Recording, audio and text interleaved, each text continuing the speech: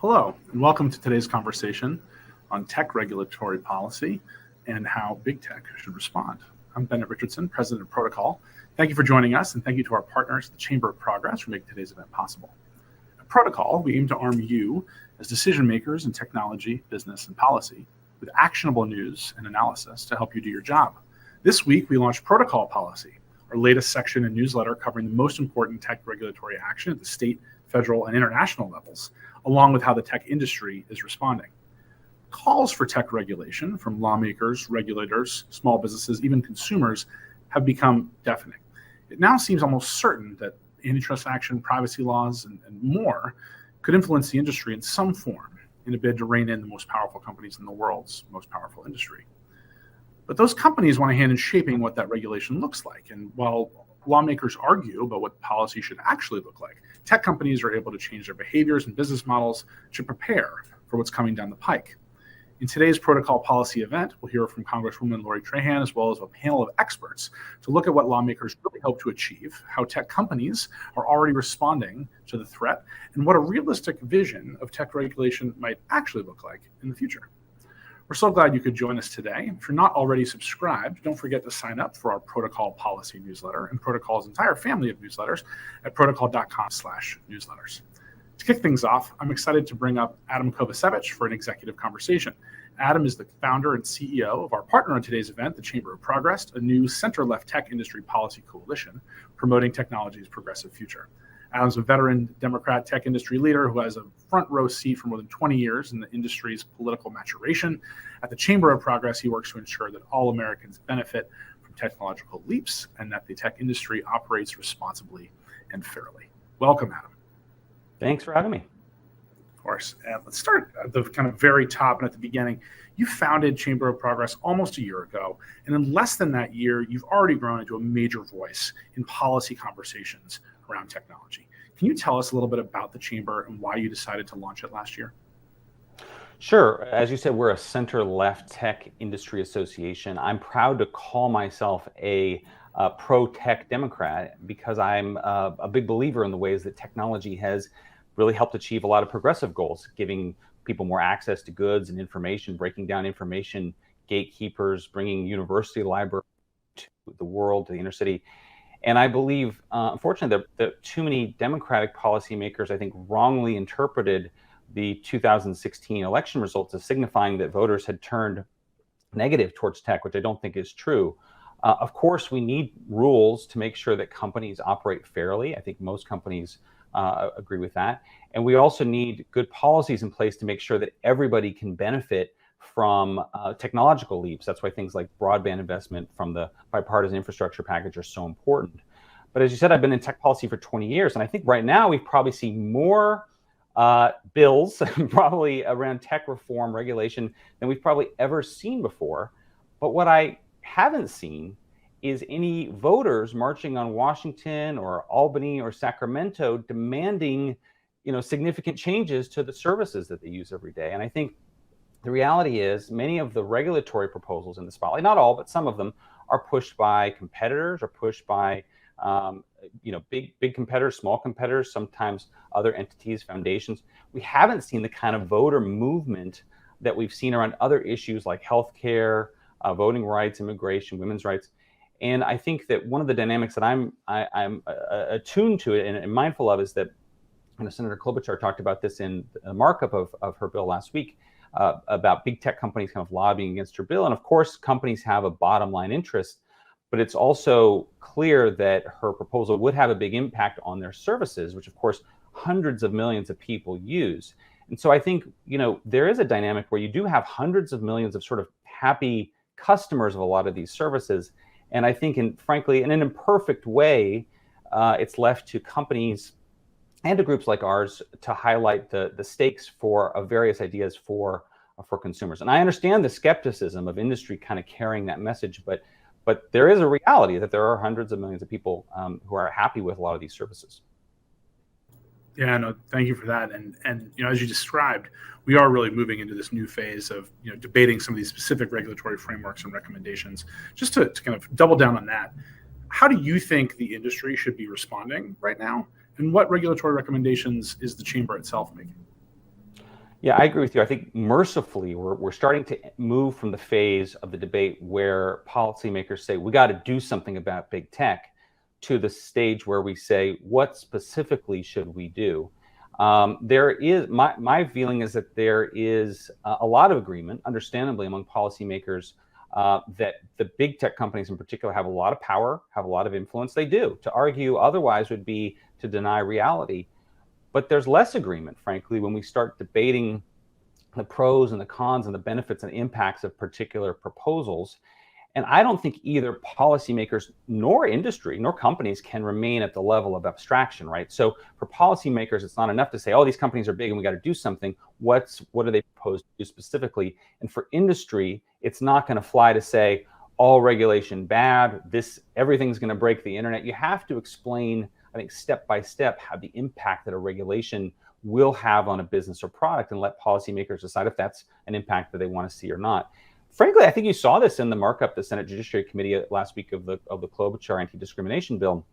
There was a genuine exchange, right, about kind of who to help, right, the merits and demerits of doing so. And then, frankly, also a genuine exchange about the impact of something like content, discrimination rules on content moderation. How do you ban discrimination without tying, say, Apple's hands against Parler and Gab, right? Senator or Congresswoman Eshoo introduced a bill last week banning targeted advertising, right? The FTC has explored this as well. Who would that help? Who would that hurt, right? A lot of my fellow Democrats have said they want a better, healthier internet. But in our view, I think some of the proposals, for example, to remove Section 230 protection, that's one of the most vital tools that we have that promotes sort of healthy content moderation. So I think everyone agrees that tech will be regulated. Now it's time to kind of move beyond slogans. And I think the stage of the debate, which we are moving towards, which is let's debate specific ideas, what they'll help, what they'll hurt. Yeah, picking up on your last point there, I wanted just to double down on one specific area around algorithms. Recently, legislation has been introduced in Congress which require social media platforms to let users even select a version of their services where content selections are not driven by algorithms. What challenge is that legislation trying to solve, and what would the impact of that be as it's currently written? Yeah, this is the filter bubble transparency bill. I think if you zoom out, it's an interesting example of kind of the partisan wars we've seen over speech regulation. Some Republicans like it because they think it'll expose what they consider to be kind of, the liberal bias of tech algorithms. I think some Democrats like it because they think it will reduce what they see as kind of, social media disinformation diet. The reality, I think, is that without algorithms, news feeds would be junk. They'd be full of spam, hoaxes, irrelevant posts. Algorithms, I think, have become a punching bag. I find that's unusual because algorithms actually are a pretty important tool for providing really quality experience. But I do think one of the things that's interesting about this is this proposal. It speaks to kind of the bully pulpit role of legislation. And Senator Warner talked about this in an interview last week, where he talked about his bill, the Honest Ads Act, which was introduced a couple years ago, that would require greater disclosure of political ad. He admitted it didn't get bottled up by industry, it got bottled up by Mitch McConnell, didn't want to do anything on political advertising. But Facebook, Twitter, Google, they all now basically provide ad libraries of the exact kind of thing he wanted to do. Even the filter bubble bill, Facebook, Twitter already provide sort of reverse chronological feeds, which is what some of the proponents of that bill wanted, right? App Store legislation that's targeted Apple and to a lesser extent Google. Over the last year, both of those companies have changed the terms so that smaller app developers are all paying less. So, I mean, you can kind of go down the list, speech, data portability. I know that there's kind of many kind of view voluntary agreements as kind of a relic sometimes of the Obama era. But I think the reality is that platforms have made what I consider to be valuable improvements in response to legislative proposals, even if that's not the law passing, the bill passing. Got it. Yeah, no, that makes sense. We're getting ready to hand it over to Ben and the Congresswoman. Would love, just as a final thought from you, from the chamber, what are some of the alternative solutions that you all are advocating for as you look towards, what you want the future to look like? Yeah, I think it's really kind of the no-brainer stuff, right? People want basic protections for consumers, help consumers make more informed choices about their technology. Let's make investments in the future. The polling that our organization has done has found that the most popular tech regulatory ideas are for Congress to finally do something about consumer privacy, do things about cybersecurity and hacking, helping businesses with ransomware attacks. But I also think people want to make investments. The bill that's moved in the House and the Senate to deal with kind of make big investments to match China's tech investments, that's popular. So let's do the things that have broad support, and I think that's a fairly long list. Definitely, it is a long list indeed. Thank you, Adam, for joining us today. Some really insightful thoughts to jumpstart the conversation, and really appreciate you being here. And thanks to the Chamber for your partnership around protocol policy in today's event. Sure thing. Now I'm excited to bring up Protocol Senior Reporter Ben Brody to start the show with his interview with Congresswoman Trahan. Ben, over to you. Thank you so much for that, Bennett. As Bennett said, I'm Ben Brody, a senior reporter on our policy team here at Protocol. I want to welcome you all to our event. Tech regulation is coming. How does big tech respond? Or as I'm calling it, the panel for people who already know the difference between an opt-in and an opt-out. Thank you very much. We've got a really full program, so I just want to dive right in. Joining me now for a fireside chat is Congresswoman Lloyd Trahan. She's a Democrat representing Massachusetts' 3rd Congressional District. She was elected in 2018 after stints in consulting at a digital ads company and as a congressional chief of staff herself. And she's the author of the Social Media Data Act on researcher access to ads, which we're proud to say she unveiled in Protocol. And she also recently introduced the TLDR Act on nutrition labels for terms of service and privacy, which the Protocol Slack definitely thought was the best name for a bill in a long time. Congresswoman Trahan, thanks so much for joining us. Thank you for having me, Ben. Absolutely. I want to start with some of the criticism of the TLDR Act. I saw some experts say that they thought the idea doubled down on the notice and choice approach to privacy, which kind of puts the onus on consumers to act as their own privacy advocates, choosing what data practices we're okay with. Some experts also worry that the bill could detract from the push for comprehensive privacy reform. I'd like you to address those criticisms if you'd like, but I also want to discuss more broadly whether you think your colleagues can get the big things done, namely privacy, or if the only hope right now is empowering consumers and researchers to navigate the status quo. Yeah, no, there's a lot in that question. I'll say that, look, the way I think about this is, well, when I think about the role that Congress needs to act, they need to act in a serious way. There's a three-pronged approach in my mind. There's the antitrust angle, right? Plenty of bipartisan action that we've already seen in the House and the Senate over the past year to rein in the dominance of these companies that have eliminated competitors and hurt consumers with no alternatives. There's the privacy angle. I think lawmakers on both sides of the aisle agree that we need to get comprehensive privacy legislation done. But the question is, how are we actually going to achieve that together? And then, in my opinion, the third prong and what has become in vogue, I think, when it comes to tech policy is transparency, which Congress has been less active on, but that we're seeing tremendous bipartisan support for in recent years. I mean, part of it is due, in no small part, to courageous folks like Frances Haugen, who know exactly what's going on inside these companies. She knows it's wrong, and she decided to blow the whistle. But part of it is due to the recognition that these companies have gotten a free pass for a long time, free passes that other industries simply don't get. And so that's where I've focused much of my time. It's why many of the bills that I've introduced, like TLDR and the Social Media Data Act, they get at the need for far greater transparency from our digital platforms. And look, I do think we need to work on the big stuff, right? We need to work on the comprehensive packages. But in the meantime, if we have bipartisan support, and it's not just bipartisan support, I mean, just this morning, 4 out of 5 Americans agree that terms of service are just unnecessarily complex and arcane. And if we can make it easier for consumers to understand what they're getting into before they hit that I agree button, then we should move that. We should move that forward so that we make progress wherever we can.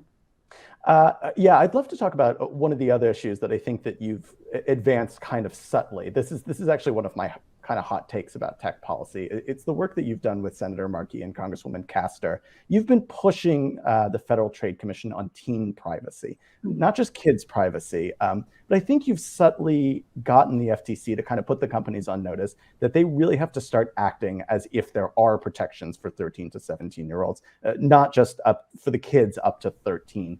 Is there a model there in the way that you together kind of push the FTC and the powers that they have for tackling other issues that Congress might not have kind of closed the loop on? Well, look, the need for updated protections for our children while they're online, it couldn't be more obvious, right? I mean, if the fact that copper is about to turn 25 years old next year isn't enough reason to support that, you don't need to look much farther than Facebook's internal documents, right, about Instagram's negative impact on teen mental health, especially our young girls that aren't much older than my own. But of course, those documents released by Frances Haugen, they showed that leaders at the company knew that Instagram was adversely affecting the mental health of young users, took little or no action to reverse it. And in fact, they tried to create a new version of Instagram specifically designed for kids. Now, fortunately, those plans are on pause, but we don't know how long they're going to be on pause, right? So that is the most glaring example of the need for updated regulations. And that's why we're seeing a strong flurry of action surrounding this issue.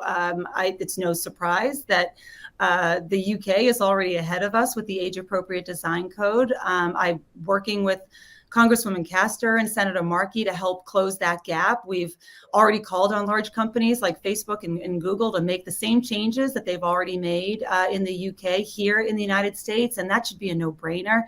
I'm a co-lead on Congresswoman Castor's Kids Act, and that would require that companies limit the harmful design features such as endless scroll. And then you brought up Senator Markey's COPPA 2.0 bill, and that would build on COPPA's consent requirements by prohibiting internet companies from collecting personal consent personal information from users who are 13 to 15 years old without their consent. And I guess collectively, we recognize that there's a need to act in this space. And I've got to tell you, as a mom of two young girls who see my kids interface and engage with technology every single day, I'm going to sound the alarm about the urgency in doing so, because it really is an on-ramp right now that comes earlier and earlier in the development of our children, and one that we need to put guardrails on. Yeah, absolutely. You talked about transparency earlier, and that's sort of the core of a lot of the work that you've done, including Social Media Data Act. What are some of the things that you think could be the most important for the research community to get insight into, and maybe potentially what kind of changes could that prompt thereafter?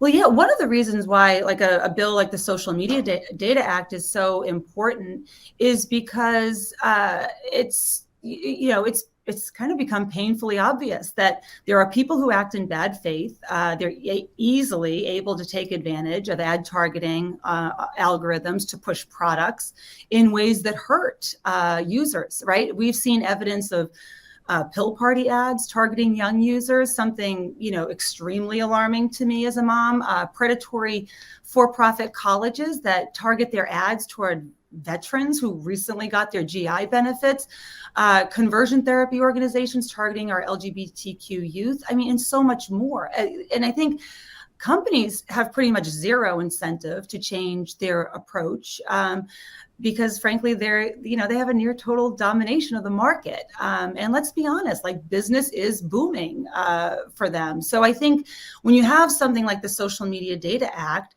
that requires these large digital platforms to publish and maintain an ad library that's accessible for independent researchers, it includes, those key data points about advertisements on their sites, you make it more transparent. We can actually understand what the impact is of these ad targeting practices on everybody, not just our children. And one other thing that the bill does is it creates a working group that's convened by the FTC, responsible for publishing guidance on how platforms can share data beyond ad targeting data with independent researchers in a way that, of course, protects consumers' privacy rights. But if we don't take the first step with transparency, then it is difficult to craft our legislation and to come up with responsible policy making. So I do look at transparency as the first step, as table stakes, and so many of the things that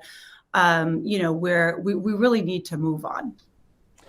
Take us inside some of the conversations that are going on around your bills, but also some of these larger issues. What's going on either in Congress or in the administration or even at the FTC that you think can advance some of these goals that you've been talking about? Yeah, well, I think right now what's most apparent is that we need Congress to act.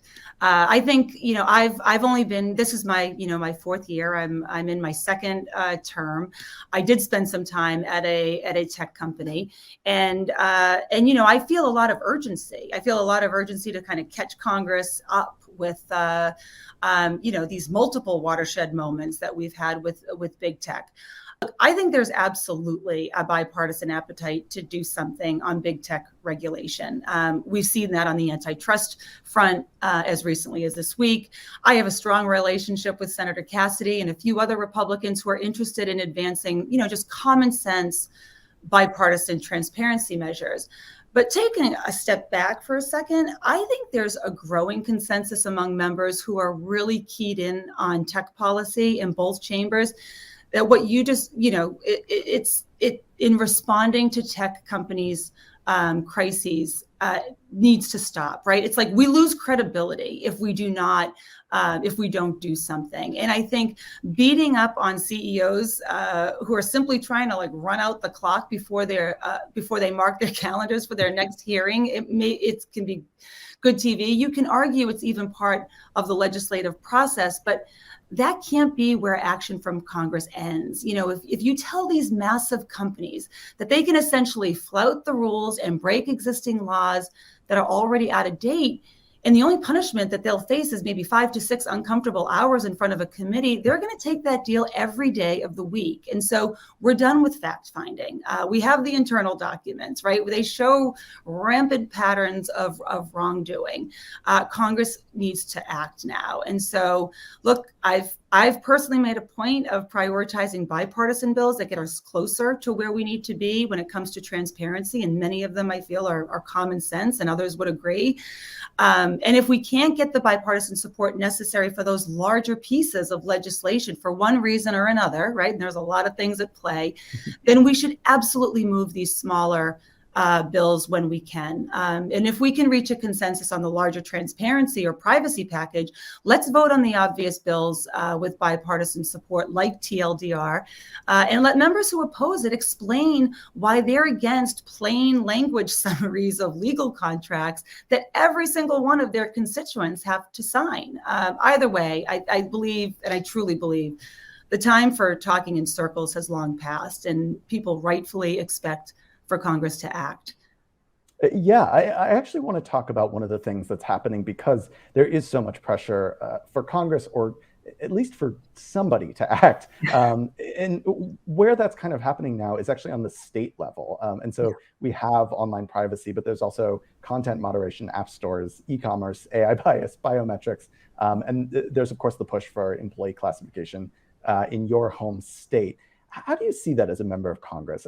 I think there's a tendency to applaud it. These are experiments in consumer protection. Somebody's doing something to fill the gaps. Yeah, and that's, look, I commend those states that have passed technology regulations over the past few years in the absence of federal action. I mean, they acted in Washington's absence and in the face of strong lobbying blitzes from large companies who want to maintain the status quo. That being said, it's so obvious that federal standards designed to protect consumers are essential. People shouldn't have to wonder, can I delete my data? I live in California, but my license says I live in Utah, and the data I want deleted was created when I lived in, who knows, Massachusetts. I mean, that's arcane. And any of the major tech companies will tell you that one of their biggest benefits is that they've allowed for more flexibility on where we work and where we live and how we go to the doctors and connect with loved ones, et cetera. So we need data rights that match that flexibility across state lines. And my hope is that state laws and strong actions, from state AGs who are enforcing them can continue to apply pressure at the federal level to pass a strong national standard and to push industry toward better practices. But, look, let's be honest, navigating one federal standard as opposed to a patchwork of state laws is just as good for businesses as it is for consumers. So I do think that pressure needs to continue. That's pretty much the time that we have, but I think that's a perfect setup for a lot of the issues that we're going to take on in the panel. So thank you so much, Congresswoman. We really appreciate your joining us for this session today. Thanks again, Ben. Thank you. All right, that means that it's time to bring on our panel. I'm really excited about how accomplished this group is. I'm not sure how they're popping up on your screen, but I'll go in alphabetical order and they can kind of raise their hands as I call on them. We've got Julie Brill, the Chief Privacy Officer of Microsoft and a former commissioner on the FTC focusing on privacy. Before that, she worked in the offices of 2 state attorneys general, I believe, Julie, on these issues. We've got Justin Brookman, Director of Consumer Privacy and Technology Policy at Consumer Reports. He was previously a policy director at the FTC's Office of Technology Research and Investigation. We've got Samir Jain, Director of Policy at the Center for Democracy and Technology, previously served in the Justice Department and as a Senior Director for Cybersecurity Policy at the White House's National Security Council under Obama. And last, but very certainly not least, we have Linda Moore, who is the CEO of TechNet, a trade group here in Washington that focuses on 50-state lobbying. She was a deputy political director in the Clinton White House and a senior advisor to Senator Evan Bayh. Welcome all. Julie, I kind of want to start with you because I think you are the segue from what the Congresswoman just spoke about, and then we'll open up this question to the whole panel. Companies generally want that consistency that the Congresswoman was talking about, and so they tend to look askance at state regulation because, of course, it can vary a lot between states. But with Congress falling behind, states are one of the few places where you can get any rules of any kind, and it's a place where the tech industry can build some trust. So the subtitle of this panel is How Does Tech Respond? Take us inside an international mega corporation analyzing some of these pushes. How do you think about them, and are there any that you think should move forward if Congress can't act? Sure. Well, first of all, thank you, Ben, and thank you to Protocol for inviting me to this really interesting discussion. The Congresswoman and you set up this point pretty well, which is ideally Congress would act in a number of spaces in order to create rules that apply throughout the country, rules that would protect individuals, would garner more trust in the technology industry, and really help U.S. competitiveness when it comes to regulatory requirements. But in the absence of Congress acting, the states are going to move forward. We've seen that in the data breach notification area, where for many years, people called on Congress to develop a federal law. But in the meantime, we have over 45 states, I believe actually now all 50 states with laws on breach notification. We will probably see the same thing with respect to privacy, comprehensive privacy, if Congress does not act.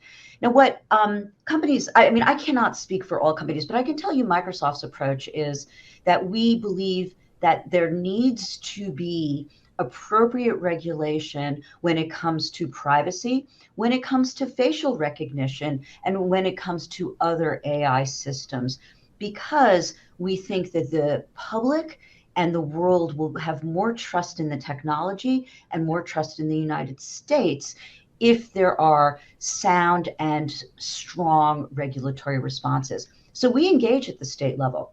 We are talking with states that want to adopt privacy regulation, privacy laws. We also were deeply supportive of Washington State's provision and really unique bill around face recognition used when it's used by governmental actors. which is a really innovative law that I would love more states to sort of look at and think about how they can adopt as well. Is it difficult for companies to navigate when the laws are a little bit different? Yes, it is. But I do think the state laws will hopefully provide additional incentive for Congress to act. If I could just say one other thing in this area, Ben, not only are the states acting, but the world is acting. We have Europe adopting laws, we have India adopting laws, we have Brazil and China. And if the United States doesn't move forward, whether at the state level or the federal level, these norms will be defined for us. And they'll be defined elsewhere. Some of them are going to be good, but some of them might be more troubling. And so that's another reason why the United States really needs to act for that global thought leadership that the United States needs to bring. Yeah, can I invite anybody else in on the state Congress push-pull and consistency and trust? I'll jump in. I really want to actually start with Julie's last point, which is that I think that you can't really have this conversation without really being conscious of what's going on around the world, and particularly right now in the EU, where you've got, obviously we saw the model with GDPR in the privacy arena, where that became a model for the world and influenced substantially how privacy is. How consumers experience privacy here in the United States. But we're seeing that again. We've got the Digital Markets Act and the Digital Services Act, both of which are almost certainly going to pass in the EU this year. We've got the AI Act coming up right behind that. And those are going to become the models for the world that the world are going to follow. And moreover, for these large global companies that have to comply with those laws anyway, for operational and consistency reasons, a lot of those practices are going to end up governing how they treat U.S. consumers as well. And so if the U.S. wants to have a say, if the U.S. wants to have an alternative model when it's competing with China, for example, and influence over tech policy, there's so much discussion of the U.S. versus China kind of relationship. We don't have an alternative model to go to other nations with right now on privacy, on tech policy, because we don't have that in the United States. And that puts us at a significant disadvantage vis-a-vis China, I think. So I think there are all sorts of international reasons why we need to be moving at the congressional level. I agree with that. And I will just focus on the state element of it, because as you pointed out, Ben, TechNet, in addition to working on federal policy, does 50 state level advocacy. And what we're seeing is this growing patchwork of privacy laws around the country. California was first in 2018.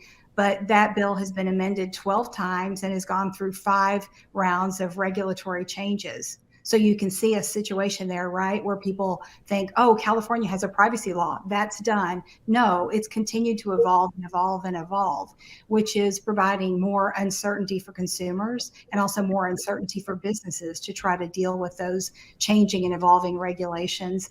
And then California has been joined by Virginia and Colorado with having their own privacy regime. And the governor, even when he signed that bill, said, this bill needs work. We definitely need to make some changes to this bill. So it is a very complex, complicated area to get into. All of these issues are. I'm just dealing right now just with privacy.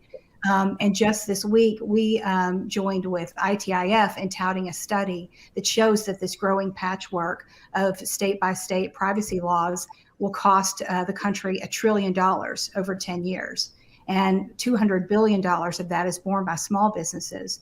Our larger corporations have the resources to deal with these varying regimes in all these different states on all these issues. But what we really worry about are those small businesses who will say, okay, I have to deal with 1, 2, 3, now 10, now 12. It's at a certain point, they don't have the resources to deal with the compliance and the tracking and the attorneys. And also, if there's not, the private right of action that is precluded in there, they're also exposing themselves to litigation. So we're very much out front in touting a national privacy law that preempts the states and also has attorney general enforcement. And those are the very same things that GDPR did and that California did. Those are sound policies. So I will just say that, we're very concerned about this growing patchwork, and we really do want Congress to act, just as the Congresswoman on the panel before you said. Justin, I want to bring you in on this, but I kind of want to actually put something else on top of this, which is the other federal option. It's the role of the FTC. The commission seems all but guaranteed to try to use its authority to regulate unfair practices to take on digital privacy or quote unquote data abuses in some form. It's a gargantuan undertaking. It's going to be very controversial. I know you've been very active in it. Walk us through what you think is, first of all, most urgent, but also maybe most legally sound that the FTC can do here. Yeah, briefly on the, the previous question, I mean, I think we all agreed it would be ideal if we had a strong federal. We may disagree in the varying of strength, but it just seems incredibly unlikely, in this year, in the medium term. So as Linda said, we've been spending most of our time at the state level, and that's where all the action is right now. I mean, there are hearings in Maryland and Washington this week, and Alaska, and it is overwhelming. But in the absence of the federal government acting, I think it's incumbent upon the state to do something, like Julie said.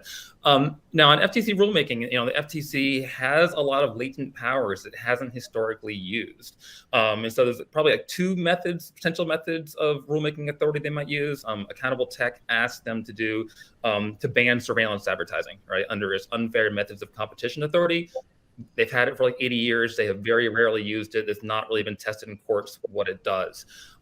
They've done more. Traditionally, their privacy enforcement has been under the general purpose consumer protection, don't commit unfair or deceptive acts or practices. They also have rulemaking authority under that. We actually released a paper today analyzing what that could look like. I think for us, the most important thing they would do would be to prohibit secondary use, right? Like if you go to Amazon, you buy something, you give them your information, they give it to DHL, and that's all fine. You don't want to have to say okay to that. It just happens. It's the other stuff, them selling it to data brokers, using it for cross-site targeted advertising, that they should crack down on. And so it's similar to the Accountable Tech petition under UMC. I think unfair methods of competition. Unfair methods of competition. I'll stop using acronyms now. I think you can make a strong case either way. I think we and other advocates would be flexible which way they go.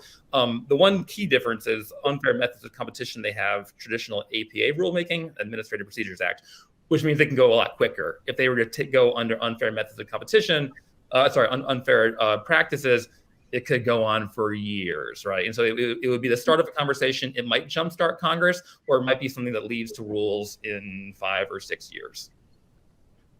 Julie, I really want to bounce that to you. You've been in the trenches making these decisions at the FTC. What are the considerations there? And is a ban on secondary uses? What do you think are some of the considerations that might go into that kind of rule? Sure. I think one of the things that is important to understand, as Justin rightly pointed out, is that much of this, if it is considered under Magnuson-Moss, the sort of unfair and deceptive acts and practices prong of the FTC Act, and rulemaking moves forward, it will be long, it will be cumbersome. The agency has taken some steps over the past year to try to streamline that process, to set up a slightly more streamlined process, but at the end of the day, it's going to be cumbersome. The other interesting thing is that whatever is adopted does need to meet a harm test, that either the practice that it is addressing is deceptive or is unfair. And at the end of the day, some of the most critical issues that Congress is dealing with in terms of, adopting a comprehensive bill, such as redress for individuals, how to establish a redress mechanism or framework, which might include private right of action, but could include injunctive relief, could include the ability to get restitution, should definitely include, penalties from state AGs as well as the federal regulator. But at the end of the day, a regulation can't really address that issue. It can't set up a regime for obtaining redress, for giving consumers the ability to obtain redress. It's really all about the agency's enforcement and then obtaining penalties. So there's a certain irony there that if the FTC were to move forward and develop rules, it might fill some of the gaps, but some of the critical issues that Congress is grappling with, the agency can't really address and does need to be addressed by Congress. One other thing I just want to say super quickly, having spent nearly 2 decades at the state level dealing with legislation, data broker legislation, data breach notification legislation, et cetera. I think we all need to understand that the states do operate as laboratories of democracy, for sure. And one of the benefits of the laboratories of democracy is the principle of iteration. And I think that the concept of iteration is really important when we're dealing about principle-based rules like privacy. And so I think one of the stumbling blocks that's going on in Congress right now is everyone wants to get a perfect bill because they're worried they will never have another shot at it. And while there might be some reality about how long it will take Congress to review things, you can actually build that into legislation through sunsets and whatnot. We need to get much more comfortable with the concept that this is a learning process. We're on a journey and we need to iterate to get it better and better. And that's what the states are doing. That's what California is doing. We'll see the same thing in Virginia, the same thing in Colorado, and the same thing if Florida, New York, and Ohio go forward as well.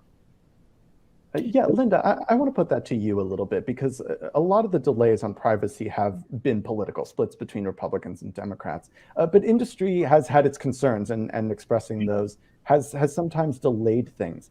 I'm wondering if now the time horizon has just gotten so long and the threat of patchwork is so great that what you are willing to accept is maybe evolving a little bit. And maybe if you could also take us inside some of those conversations that you guys are having. I know you're leading a coalition to push for privacy legislation with the US Chamber. How are those conversations going and is it changing what you're willing to accept at this point? Yeah, I don't know if I would say it's changing what we're willing to accept. It sounds like it's sort of open warfare or something like that, sort of adversarial. We take our responsibility of working with policymakers and educating them on what can work in the real world. An explanation of what is it you're hoping to achieve, senator or representative, and let us help you figure out how best to do that in a way that is functional with the technology, with the companies, and also is going to have the intended effect on consumers and on businesses. And so one of the things that you can imagine that, everyone is concerned about within the companies is interoperability. So once you do have California and GDPR, you also want to make sure that Virginia, Colorado, and others to follow, and more than half the states have put forward multiple privacy bills. They just haven't all passed yet.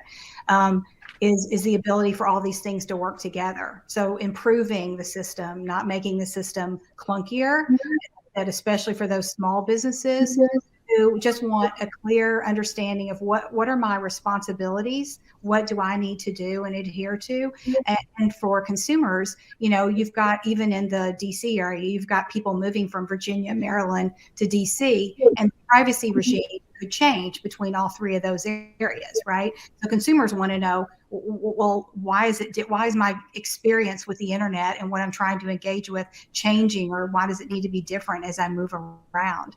So that one standard operation, is important for both sides, consumers and for companies.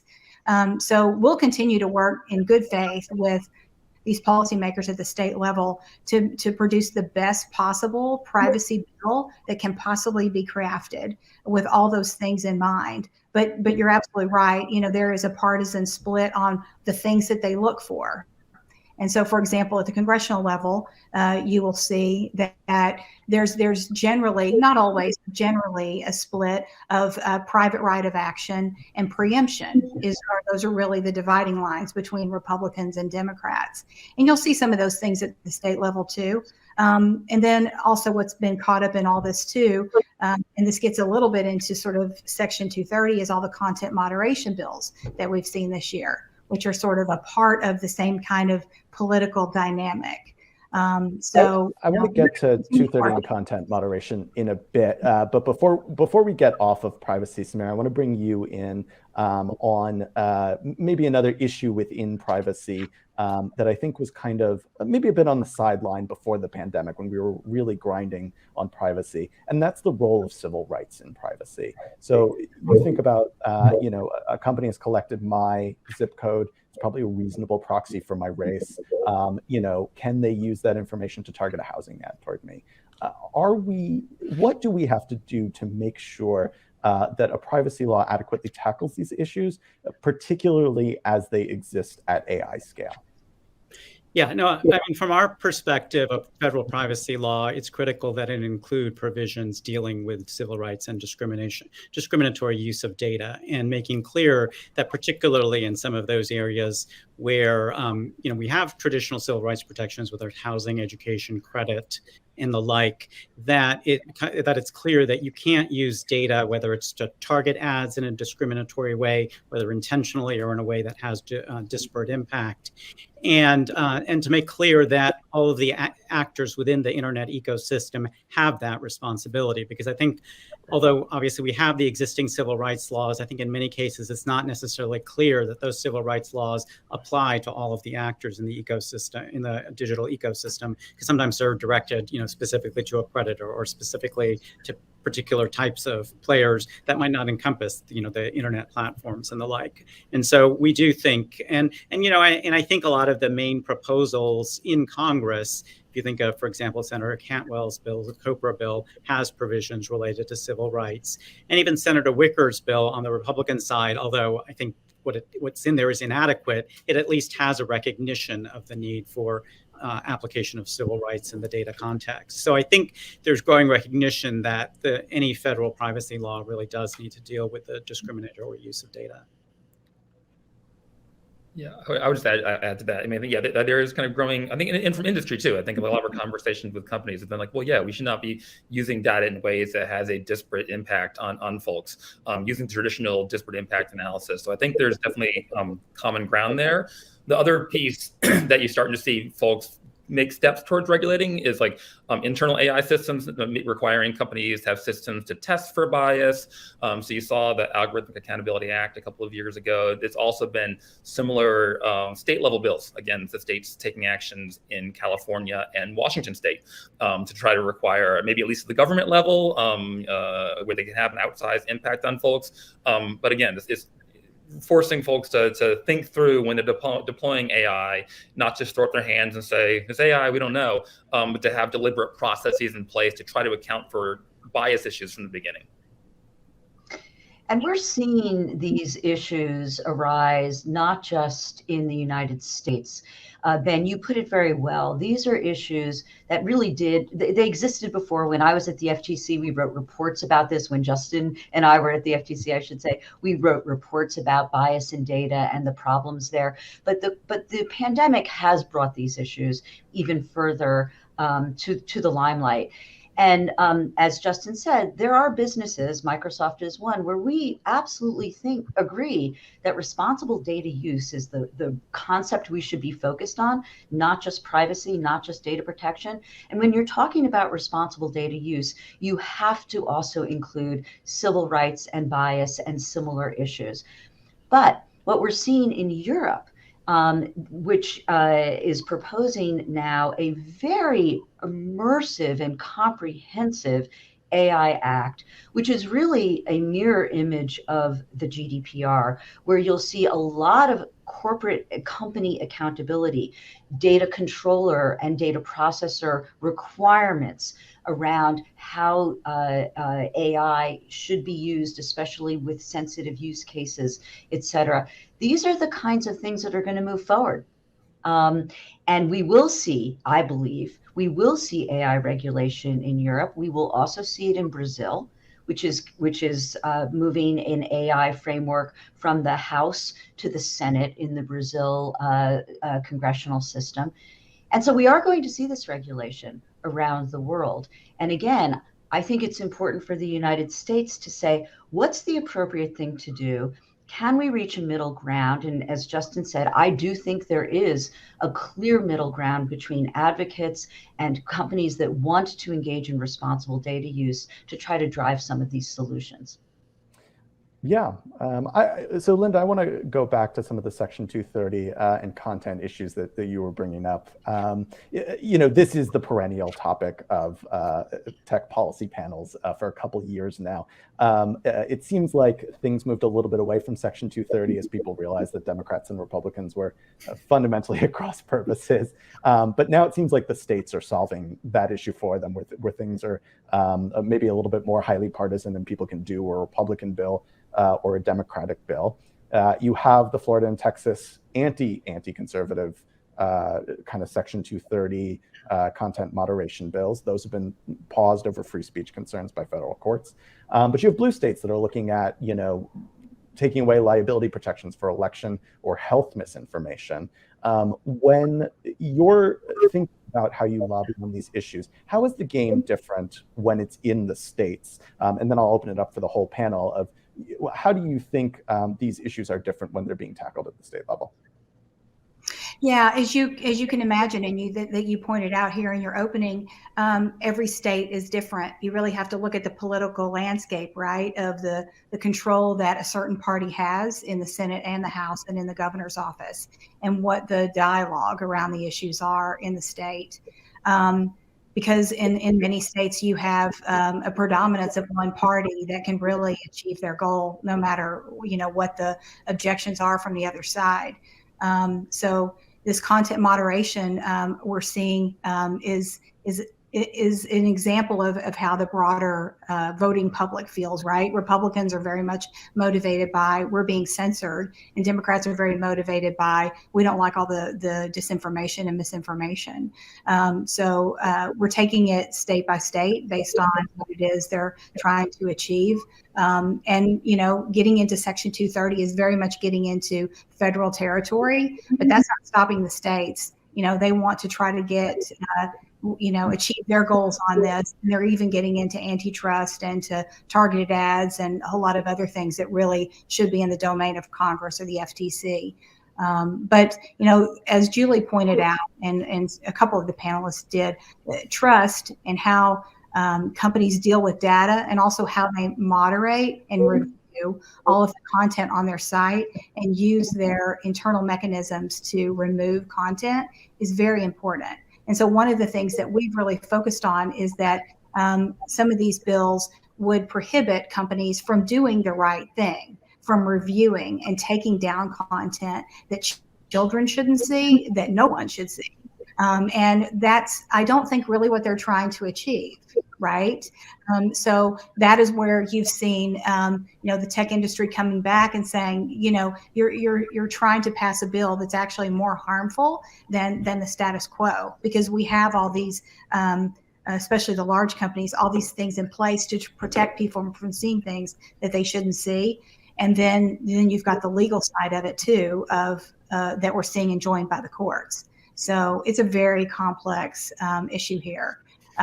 But what really needs to happen too is just more dollars put towards enforcement, because the companies themselves put forward to enforcement the people and actions that they think that they should really look into and go after. And they do not have the resources to go after even a percentage, a reasonable percentage of what the companies themselves put forward to say, you need to look at this. Yeah, this is an area I think that is in the United States particularly complicated because of the First Amendment, right? Because we've seen obviously the Texas and Florida laws halted because of First Amendment, I think warranted First Amendment concerns. But on the flip side, the concerns, as you say, on the Democratic side with disinformation and misinformation, I think dealing with that are going to quickly run into First Amendment problems, because the reality is that there's a lot of lawful but awful speech out there. A lot of what people want to stop as disinformation, misinformation, nonetheless is protected by the First Amendment, because, most lies, frankly, are protected by the First Amendment, except for narrow cases. And for that reason, this is another case where I think we've obviously struck this theme where you're actually going to see Europe move ahead much faster than the United States, because Europe doesn't have the First Amendment constraint. And so with the Digital Services Act, that's moving through pretty quickly, imposing quite a few regulations on content and obligations in relation to content moderation.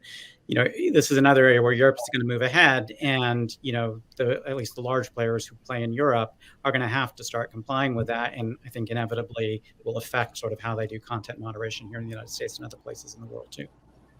Yeah, I mean, I think you're right. I mean, I think Ben and Linda are right. There are definitely cross purposes in how people want to tweak 230, whether you want these companies to take more of a role, more of a gatekeeper role, or less of one. I think we come down the side that we think platforms should take more responsibility for some of the nonsense that takes place on their systems. And we've actually seen maybe less of that at the state level than I might have expected. But so I think things like transparency. I think Representative Trahan's bill is thoughtful to try to a little more insight into what these companies are doing.